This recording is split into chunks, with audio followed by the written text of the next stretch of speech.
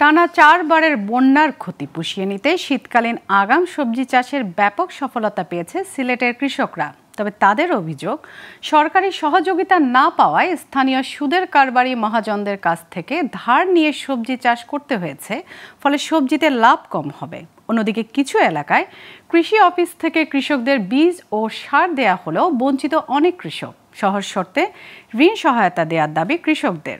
Sylhet bureau প্রধান মোহাম্মদ মাহতাব উদ্দিন তালুকদারের তথ্য চিত্রে ডেস্ক রিপোর্ট।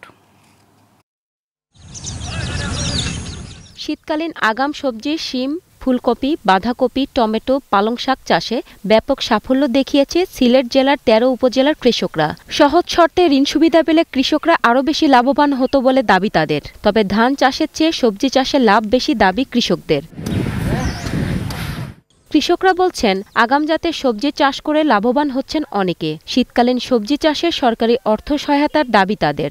শাক সবজি বিভিন্ন ধরনের ফসল আমরা করি, কিন্তু কইবার বন্যা আমরা খুব ক্ষতিগ্রস্ত করছে। পাতাকপি, ফুলকপি করছি, পিছনে আরো আমি লাগাইছি, এটাও আবার 2 মাস পরে বেচা কিনা করবো। করতে গেছে তো আমার লাভ নাই বলতে আমি বেচছে সেটা আমি ধার কথা দিতে আমার দালান লাগে। কুমড়া টুমড়া এগুলা ফলাই, এগুলা তাকে কম লাভ হয়, এখানে বৃষ্টিতে নষ্ট হয় বেশি। ধান তাকে সবজির মাঝে লাভবান বেশি, তাকে কষ্ট বেশি হইলেও লাভবান বেশি।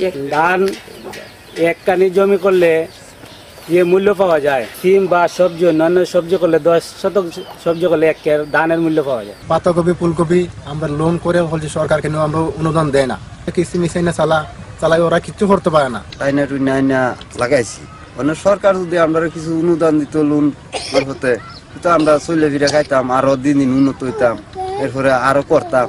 কৃষি বিভাগ কম জনবল নিয়েও কৃষকদের পরামর্শ ও সার বীজ সহায়তা দিচ্ছেন বলে জানান কৃষি সম্প্রসারণ অধিদপ্তরের এই উপপরিচালক। গোয়ালঘাটা শিম যেখানে সবজির মধ্যে, এটা তো মানে এক্সপোর্ট হয় এবং 321টা ব্লক আছে। এই 321টা ব্লকের 321 জন থাকার কথা, সেখানে আছে আমার 81 জন শর্ট আছে। তার মানে প্রত্যেক ইউনিয়নে 3 জন করে থাকার কথা, আমার আছে 2 জন করে গড়ে আর কি। সিলেট জেলায় 38,700 হেক্টর জমিতে সবজি চাষের লক্ষ্যমাত্রা ধরা হয়েছে। সবজি চাষিদের সহজ শর্তে ঋণ সহায়তা দিয়ে সুদ কারবারিদের হাত থেকে রক্ষা করতে স্থানীয় ব্যাংকগুলো এগিয়ে আসবে, এমনটাই প্রত্যাশা কৃষকদের। Global television news desk.